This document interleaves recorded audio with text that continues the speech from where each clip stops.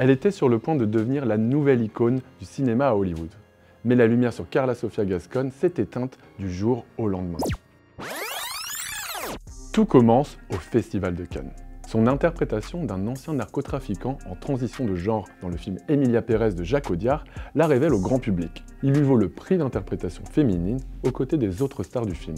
C'est la première femme trans de l'histoire du Festival de Cannes à recevoir le prix.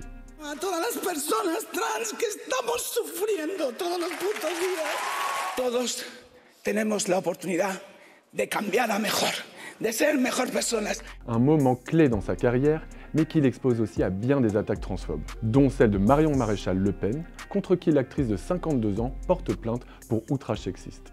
Quelques mois plus tard, le film arrive sur grand écran.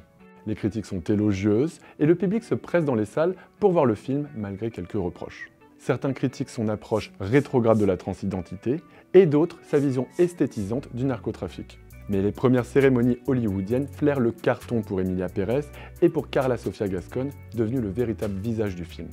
Aux Golden Globes, Jacques Audiard lui cède même la place au micro pour recevoir le prix de la meilleure comédie. Vous pouvez peut-être nous mettre en prison, vous pouvez nous frapper, mais vous ne pourrez jamais nous enlever notre âme, notre résistance, notre identité. Les plateaux télé, les tapis rouges, les couvertures de magazines, tout s'enchaîne pour elle. Et puis bien sûr, la nomination pour l'Oscar de la meilleure actrice, qui fait d'elle la première femme ouvertement trans dans cette catégorie. Carla Sofia Gascón avait tout pour devenir la nouvelle Algérie LGBT du cinéma, mais le 28 janvier, tout s'écroule. Une journaliste canadienne exhume une série d'anciens tweets racistes. Elle y qualifiait notamment l'islam de foyer infectieux pour l'humanité, et la dernière cérémonie des Oscars de festival afro-coréen ou de manifestation pour le Black Lives Matter. Pas le choix. Carla Sofia Gascón rétropédale, se justifie, puis finit par supprimer son compte sur X avant de fondre en larmes sur CNN où elle évoque l'idée d'un complot. Que alguien piense que esas palabras yo son las que digo a alguien o que yo en mi vida he insultado a una persona por su color de piel. No se lo consiento a nadie, a nadie.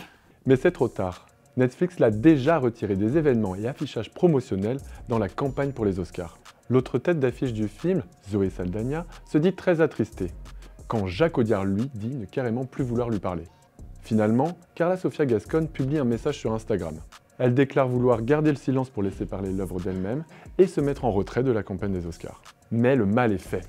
En Espagne, sa maison d'édition met fin au projet de republication de son premier roman. Et Carla Sofia Gascón annule sa présence au Goya, où Emilia Pérez a tout de même reçu le prix du meilleur film européen. Les votes avaient été clôturés avant l'affaire des tweets.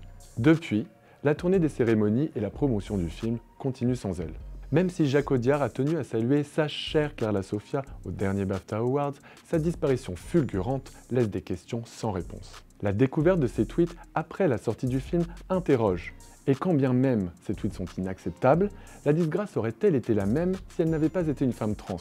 Enfin, son avenir est-il vraiment gravé dans le marbre? Carla Sofia Gascón est en tout cas, pour l'instant, encore annoncée au casting du prochain film d'Armando Bo, Las Malas.